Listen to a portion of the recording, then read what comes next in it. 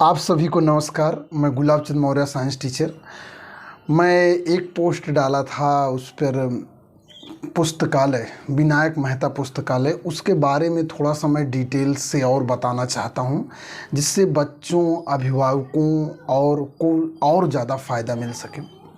देखिए, सबसे बड़ी बात जो है, पुस्तकालय में बहुत सारी किताबें होती हैं और सारी किताबें सभी के लिए नहीं होती हैं। आपको अपनी ज़रूरत की किताब को खोजना पड़ेगा। अब ये जो है शहर के बीचों बीच तिरकोनिया पार्क के पास है, जहाँ आसानी से जाया जा सकता है।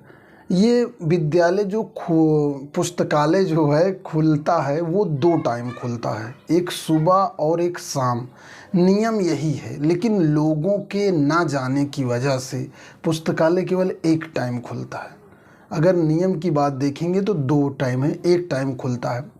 और पुस्तकालय में एक बहुत बड़ा हॉल है, जहाँ पर पर्याप्त बैठने की जगह है और आप अपना वहाँ पर मोबाइल ले जाकर अपने कान में लीड लगाकर आराम से मोबाइल से ऑनलाइन पढ़कर अपनी कॉपी में लिख सकते हैं। चूँकि अगर बैग की लाइब्रेरी में एंट्री कर दिया जाए तो मानव स्वभाव है कि वो कुछ चीज़ों को, किताबों को चुरा लेता है, अपने बैग में रख लेगा। ऐसा हर व्यक्ति नहीं करता, लेकिन 10 में 1-2 कर लेते हैं। तो इसलिए बैग को ले जाने की एंट्री नहीं है, क्योंकि किताबें गुम हो जाएंगी तो जो वहाँ कर्मचारी हैं उनको दिक्कतें होती हैं। और पुस्तकालय के फ़ायदे के बारे में बता दें कि पुस्तकालय में आप उन मरे हुए व्यक्तियों के विचारों को पढ़ सकते हैं जो इस दुनिया में नहीं हैं। किताबें वह जो दुनिया में नहीं है, उनके विचारों को आप ग्रहण करके, प्रभावित करके, आत्म सुधार करके। देखिए, अनुशासन ही आदमी को आगे ले जाता है। शिक्षा जो है, अब सब्जेक्ट वाली तो शिक्षा सभी लोग लेते हैं, लेकिन जैसा वो पुस्तकालय है, यहाँ पर पुस्तकालय मैंने लगभग 4-5 साल जब भी टाइम मिलता था, 2007 से 2011-12 तक जाया करता था। उसके बाद मेरा इस समय मैं बहुत कम जाता हूँ, महीने में 1 ही बार हो पाता है। और मेरा राजकीय पुस्तकालय प्रतापगढ़ में भी रजिस्ट्रेशन है। यहाँ पर भी रजिस्ट्रेशन के बारे में थोड़ा सा बता देते हैं कि जो रजिस्ट्रेशन होता है, ये जो है आपका, जैसे 300 रुपये दे दीजिए तो 1 किताब का रजिस्ट्रेशन हो जाता है, 500 दे दीजिए तो 2 किताब का रजिस्ट्रेशन हो जाता है। ये फीस इसलिए जमा होती ताकि आप किताब लेकर जाइए और वापस ना लौटिए तो वो आपका पैसा लैप्स हो जाएगा। किताब दे दीजिए, पुनः किताब लेते रहिए, ये घर ले जाने की रोटेशन बनी रहती है। जैसे अब मेरा यहाँ पर 2 रजिस्ट्रेशन विनायक मेहता पुस्तकालय में और 2 रजिस्ट्रेशन प्रतापगढ़ में है, तो इस तरह मैं एक साथ जो है 8 किताबें ला सकता हूँ। प्रतापगढ़ में पलटन बाज़ार शहर के बीचों बीच GIC के अंदर कैंपस में है। एक चीज़ जो GIC प्रतापगढ़ में है, वो फुल्ली गवर्नमेंट लाइब्रेरी है। और ये जो विनायक मेहता है, ये स्ववित्त पोषित एक तरह से मान सकते हैं, है ठीक, फुल्ली गवर्नमेंट नहीं है।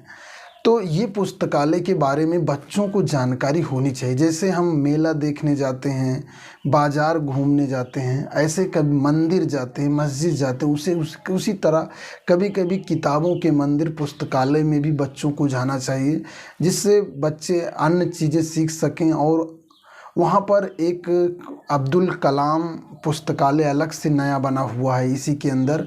यहाँ पर जो है आपका